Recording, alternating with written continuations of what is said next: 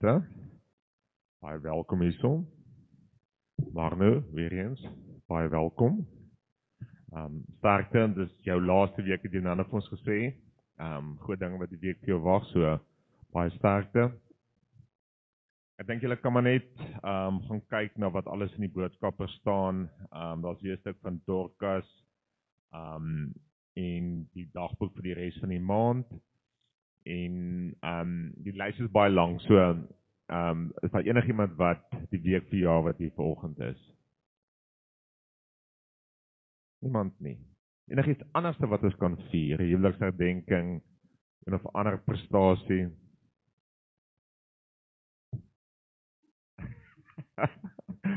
Ek het nie soveel chocolates nie, maar oké, julle baie dankie Dominee.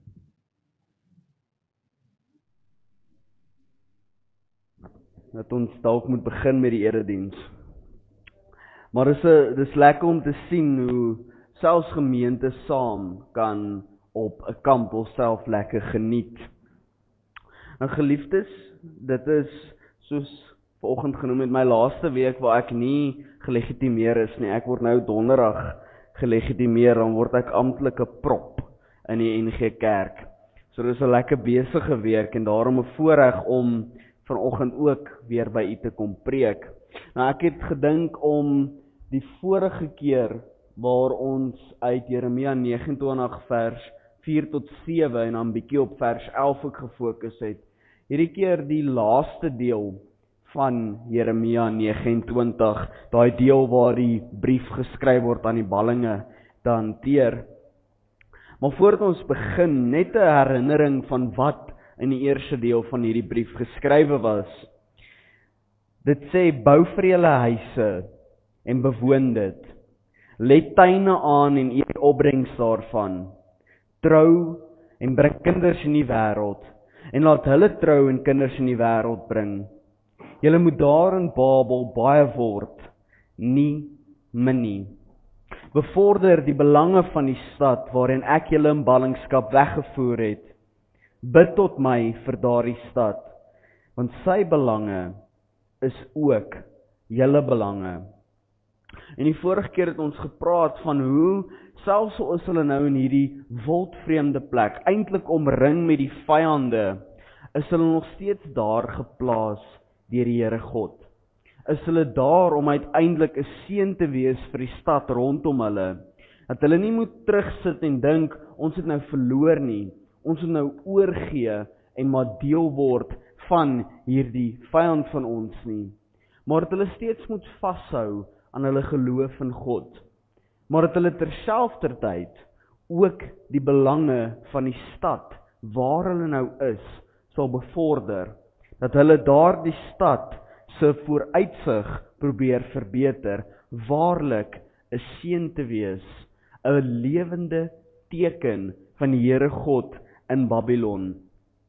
En vanoggend is een van die fokusverse, sal ek dit sê, vers 13 van Jeremia 29, waar nadat die belofte gemaak is dat hulle wel weer teruggebring sal word na Jerusalem, die volgende vir hulle gesê word, in hierdie stad, julle sal vra na my wil, spreek die Here, en julle sal dan my wil ken, as julle met julle hele hart daarna vra.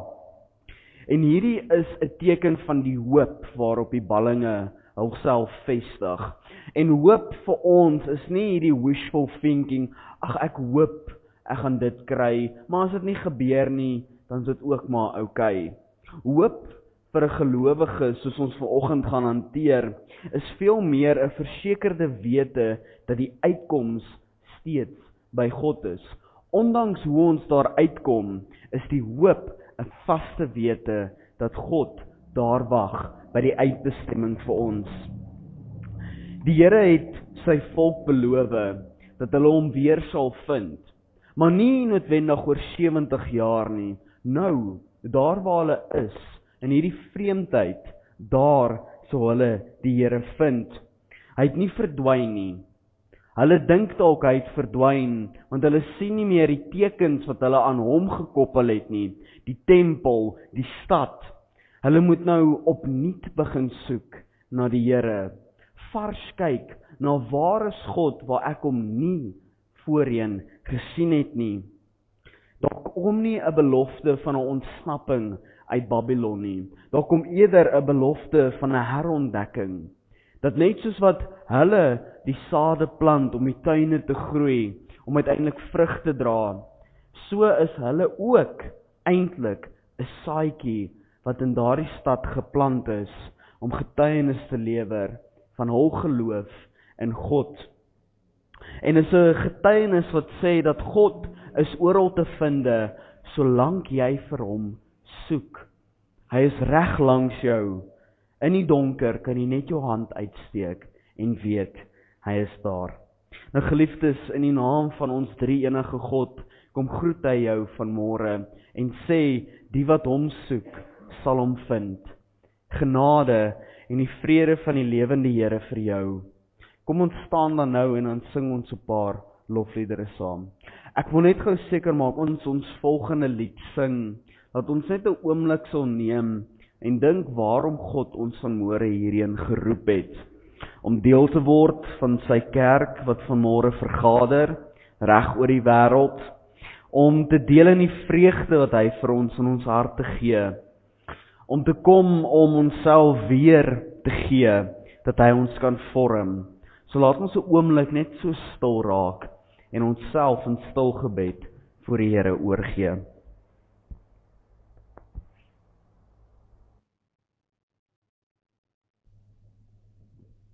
Here, ons gee oor aan U, dat U ons vanmôre tot U beeld vorm, dat U ons hier vergader, maar ons ook weer uitstuur, dat ons kan gaan leef as sout en lig vir die wêreld, dat ons vir hierdie stad waarin U ons geplant het, 'n seën sal wees, sal vrug dra en die belange daarvan sal bevorder.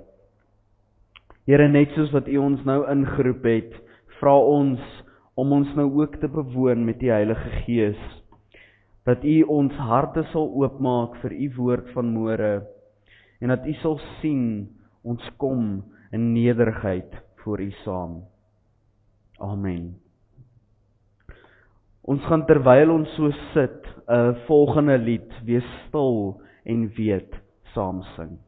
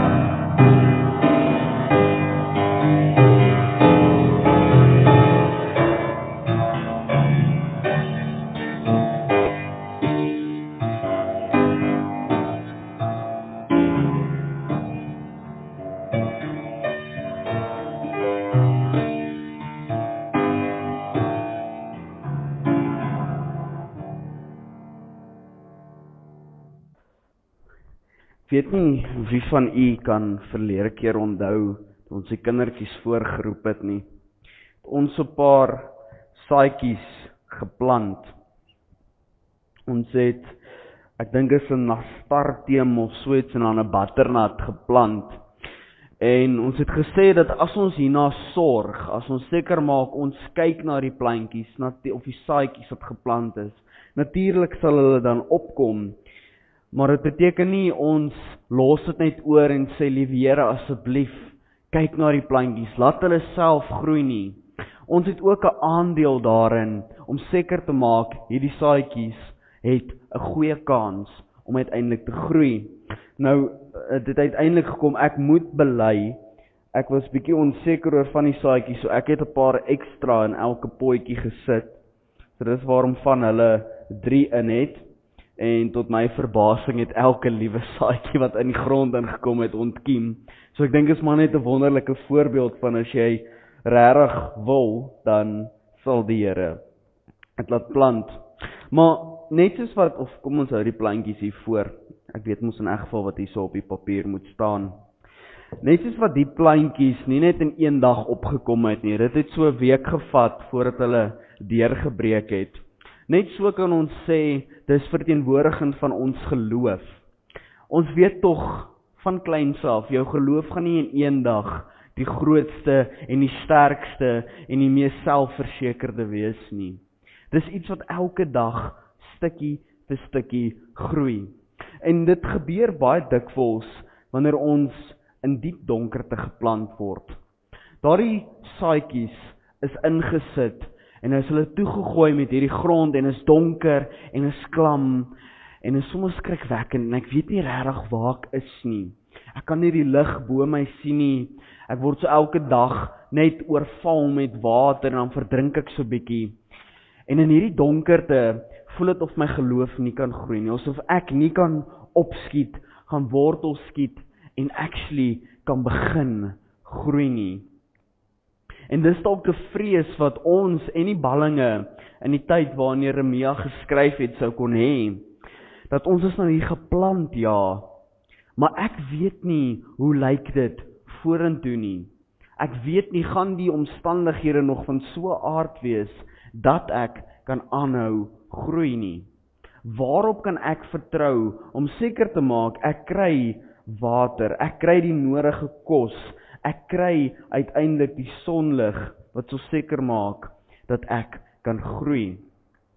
En dis waar ons vanmôre ook fokus op die hoop in God.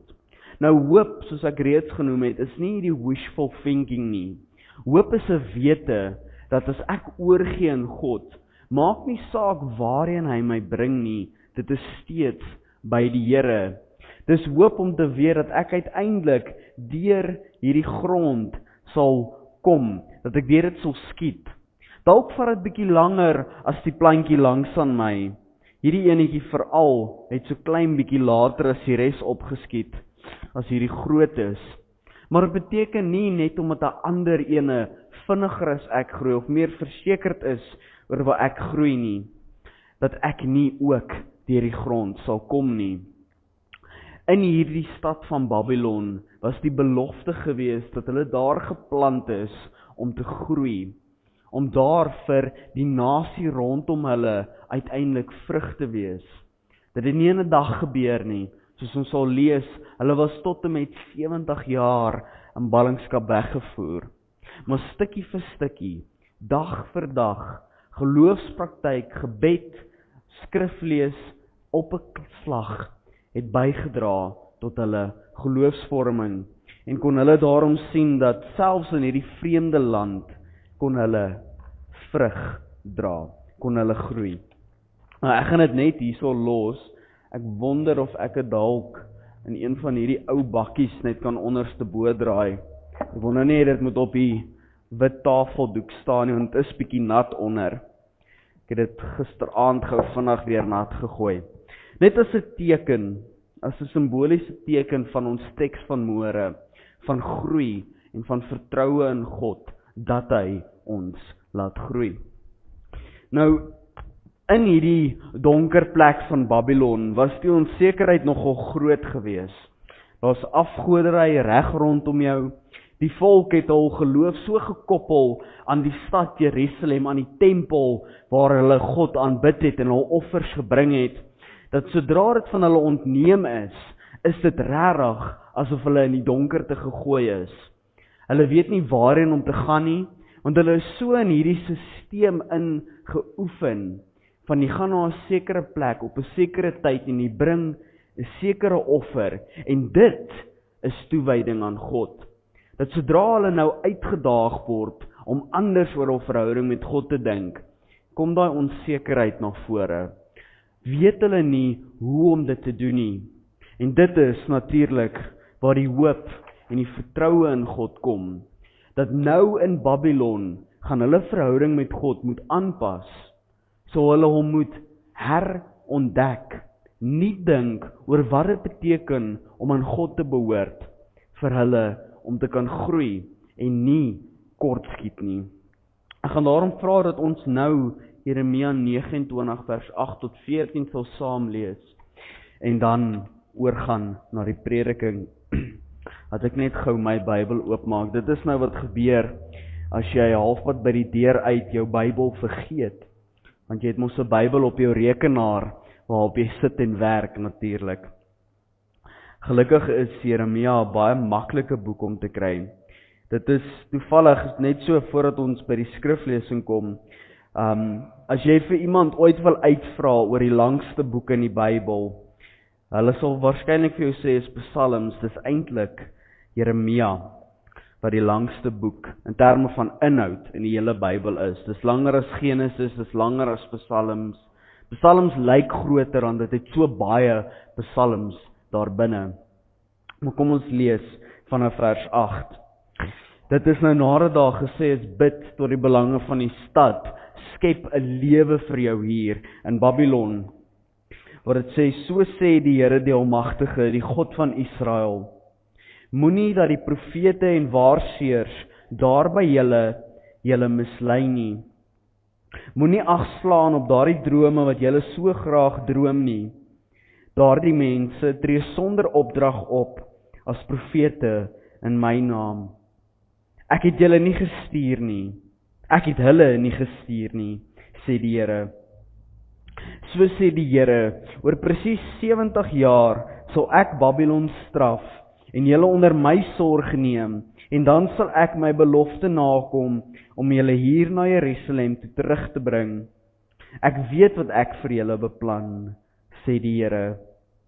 Voorspoed en nie teenspoed nie.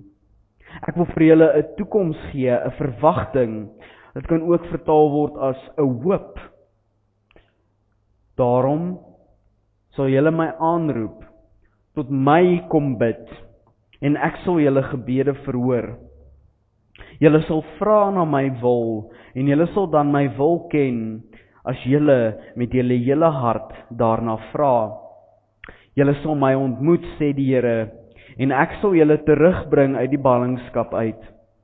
Ek sal julle bymekaar maak tussen al die nasies uit, en van al die plekke af waarheen ek julle verstrooi het, sê die Here. En ek sal julle terugbring na die plek toe, waarvandaan ek julle in ballingskap weggevoer het. Ons lees net tot sover. Ek is baie dankbaar so terloops vir hierdie waaiers wat julle in die gemeente het. Julle sal dalk wonder hoekom het ek 'n baadjie aan. Ek vertel vroeër vir hulle, my vriend se bachelors was gister en ons het daar by Donkerhoek uit gaan paintball speel. En natuurlik as jy een van die groomsmen is, as jy maar net 4 in 'n span teen 20, so hulle het ons lekker sat hier op die arms geskiet. So ek maak eintlik maar 'n paar pitswere toe vanmôre met my baadjie. So ek wil daarom net ook dankie sê vir julle waaiers in die gemeente wat bietjie help daarmee. Nou hierdie teksgedeelte, hierdie brief aan Jeremia, het ons al reeds gesê verlede keer, is nie 'n baie populêre brief nie. Dis 'n uitdagende brief om te sê dat hierdie selfde volk wat ons nou kom vernietig het, my huis vernietig het, my familie uitmoor, hulle moet ek nou na omsien, vir hulle beste belange gaan bevorder.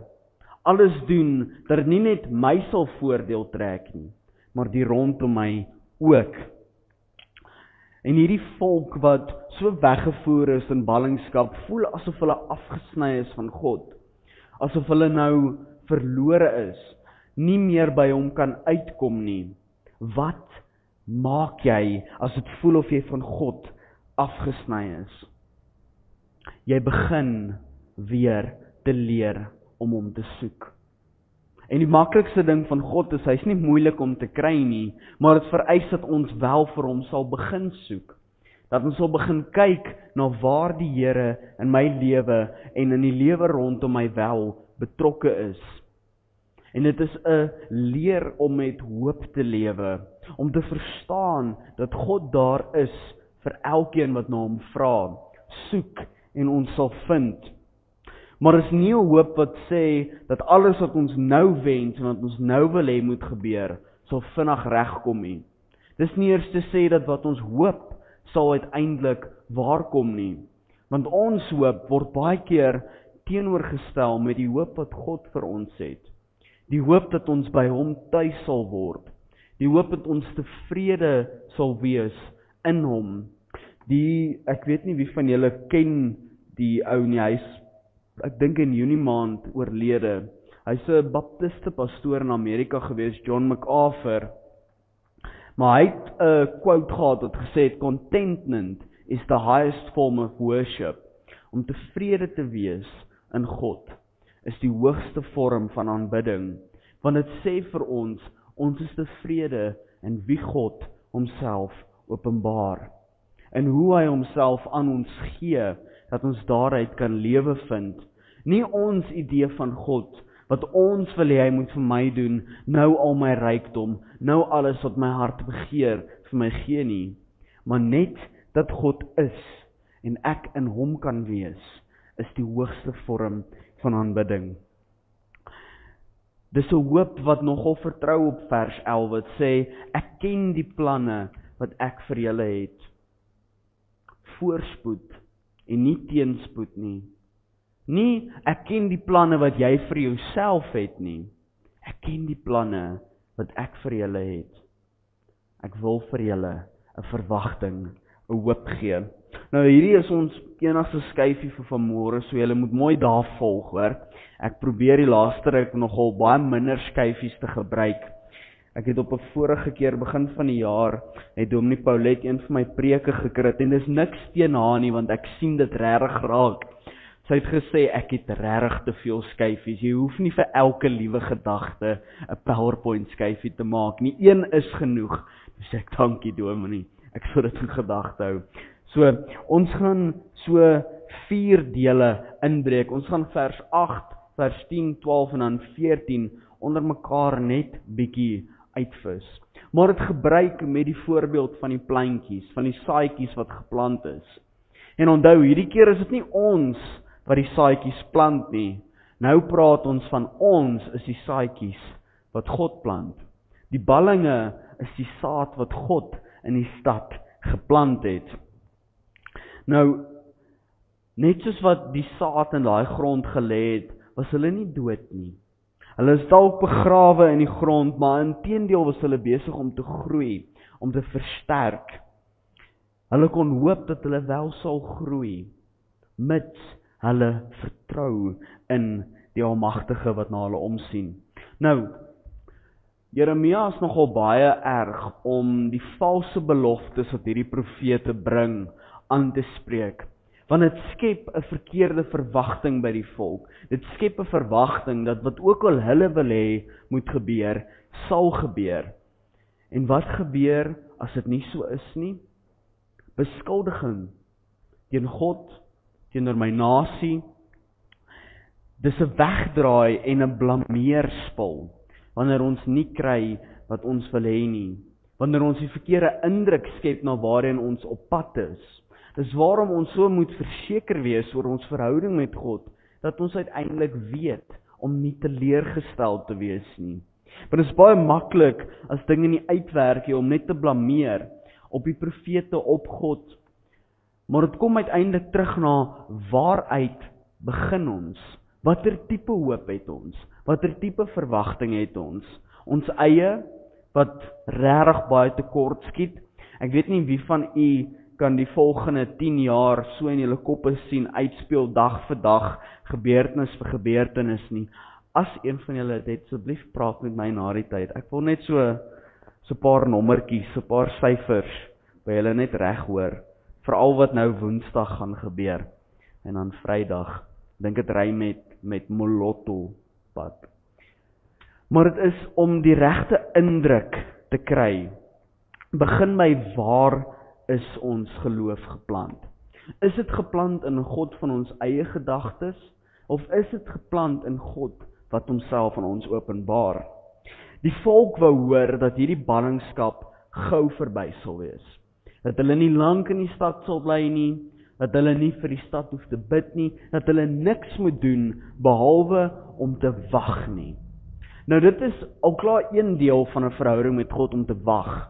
Maar hulle het nie gewag op hulle verhouding met God nie, maar gewag om net terug te keer na die normale gang waaraan hulle gewoond geraak het. Dit was eintlik 'n wag in ongeduldigheid. Dis hierdie heeltyd sit en half jou bene trembel en te sê, kom nou, asseblief. Dis soos daai wanneer die Springbokke die bal in die laaste paar minute het en ons moet 'n 3 druk, dis daai tipe wag. Jy wil nie wag nie. Jy's geduldig want ons moenie die bal aanslaan nie, maar kom nou, asseblief. Gebeur nou net, doen iets. En dan sê Jeremia, moenie die woorde wat valsheid dra, glo nie.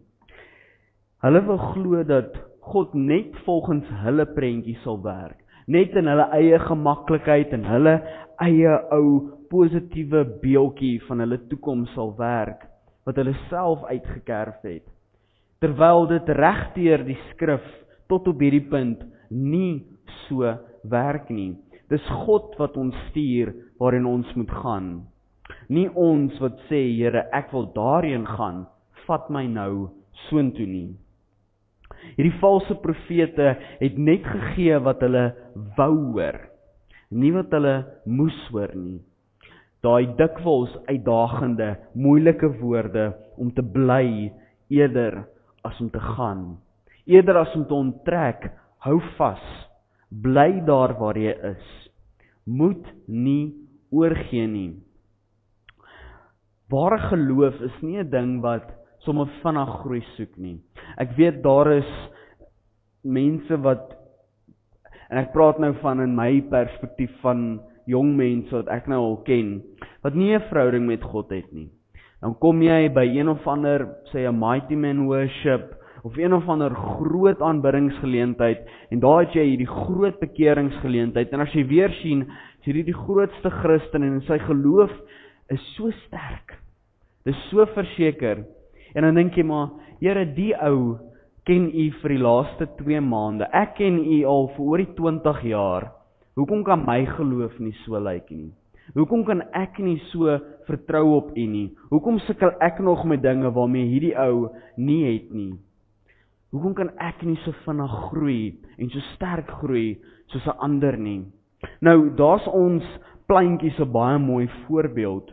Dit gaan nie noodwendig oor hoe vinnig jy groei of om jouself te vergelyk met die langs aan julle nie, maar om net te vertrou dat God op die regte tyd jou as unieke mens sal laat groei. Die volk wat ook gehad het, hulle moes net so vinnig soos dit hulle verower is, weer kan terugkeer. Dat dit vinnig sal gebeur, want God beskerm hul tog. Hy is tog hul Here. Maar hulle moet geduldig wag in hierdie stad, om 'n verhouding met God weer te ontdek. Want dit gaan, soos ek al genoem het, oor die tipe geloof wat hierdie volk het. Sommige van die profete sou dalk daai plantjie, voordat hy enigstens kon groei, uit die grond uitruk, want hoekom het hy nog nie opgekom nie? Ek sal bely, ek was nogal bang gewees dat van die sade al bietjie te oud is om te groei, en gehuiwer en gedink, dalk moet ek hulle uithaal en 'n ander nuwe pakkie saad gaan koop en dit insit, want die kinders gaan ons nie weet nie. Hulle weet mos nie hoe lyk die plantjie as hy opkom nie. Maar om net te vertrou, om net geduldig te wag en te sê, weet jy wat, kom ons gee oor. Kom ons wag, voordat dit net uitgeruk word. Gee kans. Wees geduldig. Want jy kan nie die groei forceer nie. Jy kan jou beste probeer, maar tot daai saadjie besluit om oop te maak en te begin wortels skiet, gaan jy dit nie reg kry nie. Jy besit nie die krag om daai plantjie reg te bid of reg te laat groei nie. Dit kom in sy eie tyd, soos God dit bepaal. Soos God dit in daai saadjie ingewerk het. Nou, soos ons sê van hierdie profete sal dalk onmiddellik die volk wou uitruk uit Babylon uit. Dit voordat dit kans kon kry om te groei, net vernietig. Dit laat stop. Maar jy kan dit nie forceer nie. Want God werk, soos ons so baie hoor, in seisoene. Wat jy moet jou tyd neem om daardeur te gaan. Dit gebeur nie net op een dag nie. Dit gee kans. Want ons is dikwels so ongeduldig met God. Ons wil daai butternut nou eet, daai blommetjie nou sien. Maar ons gee nie kans eers vir daai wortel om te begin skiet nie. En ek sê dit baie eerlik, ek het 'n vriend wat glad nie tuinbou geniet nie, en hy sê dis omdat dit te lank vat. Hy het nie die geduld om te wag vir 2 weke vir dit om op daai 3de of daai 4de deeltjie net voor die einde te kom nie. Want dit is wanneer ek was die 12de hier by julle gewees. So dit is nou omtrent so 3 weke, amper 4 weke. Hy sê hy het net nie geduld daarvoor nie. Hy het 'n lekker groot veld agter in sy erf, maar hy het nie geduld om enigiets daar te plant nie, want hy het nie die tyd om te wag nie. Hy gaan koop eerder vir hom klaar gegroeide plantjies, en dan kyk hy in 'n geval nie daarna nie, so dit vrek binne 'n week. Maar hy doen eerder dit, as wat hy kans gee vir dit om te groei. En nou dink jy, as jy net bietjie geduldig is, as jy net bietjie wag, net terugstaan, en jou eie idees om dit nou te wil hê, jou eie bietjie selfsug los te maak, sal jy sien hoe wonderlik is dit om eintlik daai plantjies te versorg, om dit te sien opkom, te sien sterker word. Geloof is nie 'n kitsgroei, die instant growth nie. Dit gebeur dat daar geleenthede in ons lewens is, waar dit onmiddellik baie sterker word. Dat ons op een oomblik 'n groot stuk groei beleef, maar dit beteken nie, dit stop daar nie. Dit hou nog steeds aan. Ons moet geduldig wag op die Here. Want groei is tog lewenslank. As jy 'n boom gaan plant vanoggend, gaan hy nie oor 10 jaar ophou groei nie. Hy gaan op sy eie wyse dikker word, die wortels gaan dieper ingaan, die blare gaan steeds kom. Hy gaan aanhou groei, al lyk dit na so 20, 30 jaar of hierdie boom ophou groei het. Net die feit dat hy elke jaar blare stoot, is 'n bewys dat hy bly groei. Nou, hierdie hoop wat hulle het om te kan groei, is eintlik 'n hoop in die genade van God. Dat hierdie 70 jaar van ballingskap is nie straf nie. Dit is so maklik om te dink dat as ek iets verkeerd doen, en dan gebeur dan 'n slegte ding vir my, is wat ek verkeerd gedoen het die oorsaak hiervan. Dis wat hulle noem die, ek vergeet nou, ekskuus julle, ek het nou pas die begrip vergeet, die vergeldingsleer in die Bybel. Dit is die tradisionele wysheid wat in die Bybel eintlik bietjie aangespreek word. Veral die boek van Job spreek dit nogal baie aan, dat ek doen iets goed, so ek kan verwag dat goeie dinge met my gebeur. Ek pleeg sonde, so wanneer ek nou iets het wat verkeerd gaan, is dit regverdig, want ek het gesondig. Ek het iets verkeerds gedoen. En dit is nie die wysheid wat die Bybel verkondig nie. Dis ook nie die wysheid hier wat Jeremia verkondig nie. Die wysheid is nie dat hierdie 70 jaar straf is nie.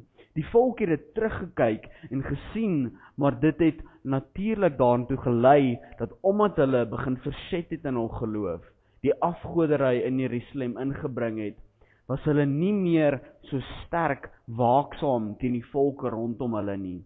En dit was eintlik die rede waarom hulle ook aangeval is. En dat in terugbeskouing vir hierdie tydperk in Babylon, Was dit eintlik 'n geleentheid om van ons sondes te bekeer? Was dit 'n geleentheid om weer terug te keer na die Here God? Maar die Here het hulle nie in ballingskap weggevoer om hulle in die eerste plek te straf nie. Dit was eerder 'n genade deel gewees, om hom te herontmoet, weer te ontdek wat verhouding met God is. Nou, 70 jaar is baie lank. Ek gaan nie vra om hande op te steek vir wie sal oor 70 nie, maar ek kleintjie sy voedingsstowwe kry, waar die omstandighede net reg is om hom uiteindelik te laat ontkiem, om daai proses aan die gang te sit, wat hom help om sy wortels lekker sterk te kry, voordat hy uitskiet, sodat hy kan groei. So was dit vir Israel. Hulle is geplant, hulle is nie begrawe en oorgelewer nie. Dieselfde geld vir ons ook. In die tye waar God ons dalk in 'n donkerte sit, daar waar ons nie noodwendig die lig dadelik om ons kan sien nie, is dit nie dat ons gestraf is of begrawe is en vergete is nie, maar is juis in daardie omstandighede wat ons leer groei, wat ons om ons moet kyk en nie hoop verloor nie. Kan sien, wat is dit vir my omstandighede wat ek kan gebruik om my geloof te verdiep. Dis immers 'n nuwe geleentheid om God op 'n ander vlak te ontmoet. Jy's nie afgesny van God nie, jy's net geplant. Jy's net voorberei vir 'n nuwe fase van jou lewe saam met God. En dan daai ander deeltjie, vers 12 tot 13, wat tog so mooi is, dat wanneer hulle vra, sal hulle die Here vind, en hy sal hulle weer terugbring. Daardie groot hoop in vers 13, dat hulle net moet bly soek vir God, en hulle sal hom vind. Net aanhou groei en deurbreek, en dan sal hulle die lig sien. En hulle kan vertrou dat God daar is om hulle te kry. Nou, groei is nie iets wat passief gebeur nie. Dis nie 'n ding wat jy terugstaan en net los nie. Groei in ons geloof is aktief. Dis geloofsgewoontes, dis bid, dis skriflees, dis deel word van ons gemeenskap, dis 'n aksie van wat ons glo. Dit is om barmhartig te wees teenoor 'n ander, om vriendelik te wees, om daar te wees vir mekaar. Geloof is nie net ons word in die grond gedruk en daar word ons gelos nie. Daar word tog groei van die plantjie of van die saadjie se kant af vereis om oop te maak, om die wortels te begin skiet, om gewoontes aan te leer om uiteindelik sterk te wees wanneer jy deur die grond breek. In ons geloof is dit baie maklik om te verset. En ek sê dit met groot nederigheid, dat jy gemaklik raak daar waar jy nou is. Ek is gemaklik met wat ek tans in my geloof doen, so ek wil nie nog doen nie. Ek wil nie nog 'n Bybelstudie doen nie. Ek wil myself nie uitdaag om weer te begin bid nie, want my verhouding met God is nou gemaklik. En dit is dan juis in daardie oomblikke wat ons moet sien dat ons geleentheid kry om sterker te groei by God, om aan te hou bid, om aan te hou krag kry van dit wat rondom ons is. Dat ons nie sal dink dat net omdat ek nou geplant is ek dan en dusted nie. Ons moet steeds groei en ontkiem. En net soos ons moet groei en ontkiem, is die saaier die een wat ons ook moet versorg. God moet seker hou. God maak seker dat ons nat gebly word, dat ons nat gehou word deur sy lewende water, dat ons gevoed word en kan bly groei, dat die onkruid rondom ons uitgetrek kan word, dat dit ons nie sal oorweldig en versmoor nie. Ons vertrou dat dit is God se werk en dat hy dit vir ons doen, sodat ons kan groei, sodat ons kan sterk wees, dat hy met aandag na ons elkeen omsien, nie oorlewer en agterlaat nie, maar noukeurig sorg op elke deel van ons groei. Net soos wat ons nie kon sien dat daai saadjie binne ontkiem en begin groei nie, maar eers wanneer hy begin deurbreek. So moet ons nie dink, as ons van buite af kyk, dat daar nie groei in ons geloof plaasvind nie. Want op onsigbare wyse werk die Here met jou. Daardie kort gebedjie wat jy vanmôre opskiet, word die begin van 'n gebedslewe. Daardie keuse om vanaand weer met Bybelstudie begin, is dalk net die katalis om te begin weer jou geloof met meer erns op te neem. Ons sien dit dalk nie dadelik raak nie, maar mettertyd begin ons agter te kom hoe God met ons werk. Dis klein treetjies, dis dag vir dag se groei. Al vat dit 'n leeftyd soos die ballinge in Babylon was, al vat dit jou hele lewe om daardie groei aan te hou, dan gebeur dit so. Maar ons moenie dink, omdat dit die hele tyd groei, dit nie uiteindelik iewers uitkom nie. Want daardie plantjies sal vrug dra, sal blom, sal vreugde wees vir die rondom dit, en sal weer ander saad voortbring, wat weer geplant kan word. Ons is so lief om te sê, dat God gee daai saadjie van geloof in iemand. Ons het nou met iemand gepraat oor gebed, en daai saadjie is geplant. Ons kan dit glo, dat wanneer ons groei, terselfdertyd God van ons gebruik, om 'n saad by ander te plant, in ons gemeenskap, in ons kerk, in ons huisgesin, dat dit is nie net ons wat God besig is om te laat groei nie. Hy laat ons groei om uiteindelik vir die rondom ons ook tot voordeel te wees, sodat ander kan sien en gebruik maak van ons geloof. Dis waarom ek ook nie so lief is vir hierdie idee deesdae dat dis my saak met die Here en dis waarom ek die kerk toe kom of deel word van 'n geloofsgemeenskap nie. Dis uiters kortsigtig as ons dit sê, want God plaas ons nie in hierdie wêreld man of vrou alleen nie. Daar is 8 biljoen ander mense rondom ons, en ten minste so 200 ander in ons direkte omgewing, wat ons 'n deel het in hulle lewe, het sy op 'n onsigbare of op 'n sigbare vlak. Ons geloof is nie net gegee sodat ek alleen daarvan kan vrug bring nie. Dis gegee sodat ander ook voordeel daaruit kan trek. Die ballinge is nie net vir hul eie beswil in die stad geplaas nie, maar vir die rondom hulle, sodat hulle ook deur hierdie ballinge die lewende Here God kan leer ken.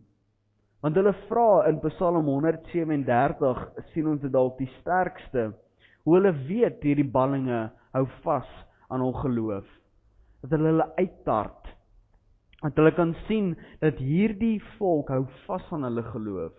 En die vraag wat hulle uiteindelik moet vra, en dis nie in Psalm 137 dat hulle die vraag vra nie, maar ons uiteindelik hoekom hou julle vas aan hierdie God wat julle in Jerusalem aanbid het? Hoekom gee julle nie oor nie? Hoekom hou julle vas aan 'n God wat julle afgesny het, wat julle nie meer kan sien nie, wat eintlik verloor het? En dan word net die feit dat hulle vashou en tog lewe vir die rondom hulle, vir hierdie tarters, 'n bewys, 'n getuienis van hul geloof. Dit word nie gemeet aan hoe vinnig hulle groei nie, maar dat hulle voortdurend sal groei. Dat hulle kan vashou aan God, dat hulle uiteindelik sal vrug dra, sal saad voortbring en in ander se lewens kan plant, dat die Here dit sal gebruik. Die hoop is dat hulle sal moed hou om steeds aan te hou. Dit is nie altyd maklik nie. Daar's baie uitdagings op ons geloof, het sy op 'n persoonlike vlak, het sy op mediese redes. Daar's baie dinge wat ons uitdaag, die seer in die wêreld, die haat tussen broers. En dit is dinge wat ons uiteindelik nie moet wegstoot van God af nie. Nie moet sê, sien jy, God gee nie om oor jou nie, want hoekom laat hy dit toe? Partykeer het ons nodig om in daai donkerte te gaan, Want dit is waar ons groei, waar ons kan ontkiem. Partykeer is daar 'n klippie bo op jou. Een van die saadjies, daar het 'n klippie gehad, wat reg bo op hom gegroei het, maar hy het hom uitgestoot uiteindelik. So klein, plat klippie. Daar gaan goed wees, wat dit gaan laat lyk asof ons nie kan verder groei nie. Asof ons nie bo by die lig gaan uitkom en dit gaan kan sien nie. Ons kan deurdruk en vertrou dat as ons wortels diep geskiet is en vestig in God, ons kan groei en ons nie uitgeruk sal kan word nie. Al sê ander, gee op, droog uit, moenie verder groei nie. Dis nutteloos. Want die ander vraag is natuurlik ook, en hiermee sal ek afsluit, gaan daai butternut ooit sy eie vrug eet? Nee. Beteken dit hy's minder waardig as 'n butternut pleintjie? Ook nee. Net omdat jy nie noodwendig die vrug van jou geloof werp nie, net omdat jy dit nie noodwendig in jou eie lewe sien nie, beteken nie, dit is nie betekenisvol nie. God gebruik ons dikwels nie vir onsself nie, maar vir die rondom ons. Want hy weet, jy is reeds veilig by hom. Kom ons gebruik jou geloof om 'n ander weer terug te bring in die huis in. Ons is baie gemaklik deesdae met hierdie kitswêreld. Jy druk nou 'n knoppie en dan kom Pick n Pay sommer met al jou groceries by jou huis aan. Ons kan nou 'n ding Google en ons kry die antwoord. En net so terloops, julle gaan baie oud begin voel. Ek voel al baie oud, want ek vra nou die dag, of nie vra nie, ek praat so met een van die tieners. En ek sê toe, ek sal dit sommer gaan Google. Ons het oor iets gepraat. Dis sê, nee man, gaan ChatGPT dit sommer net. Toe dog ek, het ons nou op daai punt gekom, ons nie meer praat van ons Google iets nie, ons vra nou vir ChatGPT. So jy weet, jy raak nou 'n bietjie ouer, wanneer die slang vir hoe ons goed opspoor begin verander. Maar ons is gewoond aan kitskoffie, ons wil dit nou hê. Ons druk nou die knoppie en dan kom ons kos delivery. En dan dink ons kan dieselfde maak met God, met ons kerk. Ons gaan nou 'n paar dinge doen, nou groot fees hou, en dan gaan die lidmate terugkom. Het dit al gebeur? Beteken dit ons moet ophou, net omdat dit nie onmiddellik gebeur het nie? Beteken dit ons is dan nie volwaardig in ons groei van ons geloof nie? Nee, nie alles is instant nie, en geloof is beslis nie iets wat instant is nie. Dit neem tyd, dit neem dat ons uiteindelik sal groei tot in volwassenheid in. Die hoop van Jeremia in hierdie teksgedeelte is die van 'n saad wat dalk nie weet wanneer die lig kom nie, maar kan vertrou dat hy wel die lig sal sien, dat die een wat my geplant het nie van my vergeet het nie my nutteloos in die grond gesit het in daardie donkerte nie, maar dat hy my gebruik vir 'n rede, sodat ek kan groei, sal sterk word. Want wat as ons weer kan terugkeer na vers 11 toe, sê die Here, ek weet wat ek vir julle beplan, voorspoed en nie teenspoed nie. Ek wil vir julle 'n toekoms gee, 'n verwagting. Amen. In die eerste plek, om hierdie dankoffer wat vanmôre gebring is, te gebruik tot die uitbou van die koninkryk.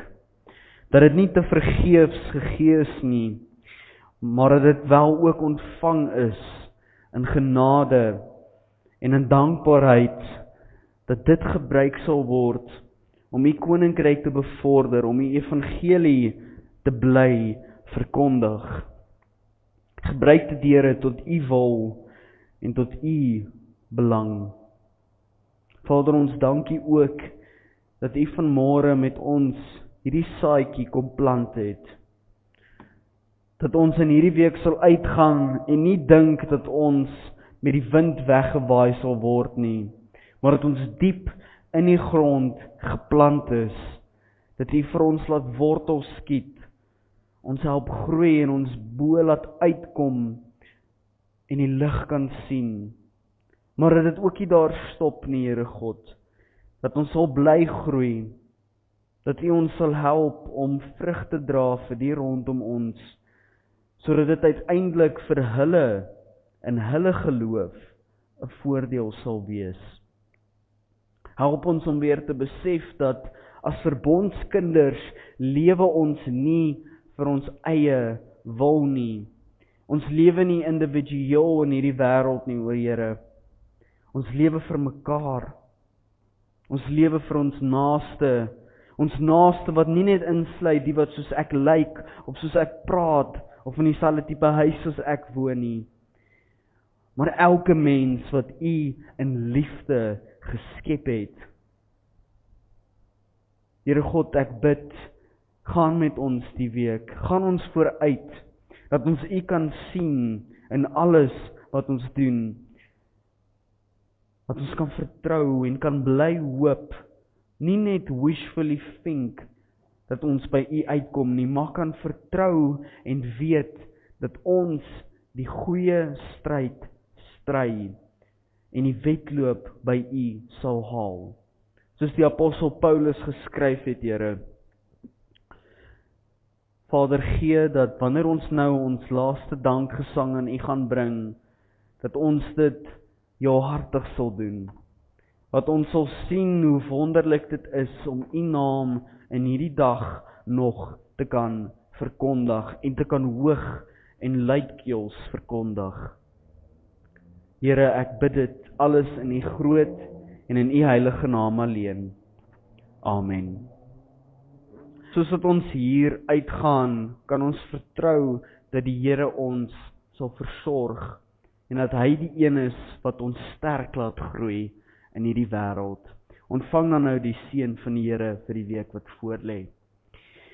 Mag die genade, die liefde en die barmhartigheid van ons versorgende Here God jou in hierdie week vergesel. Amen.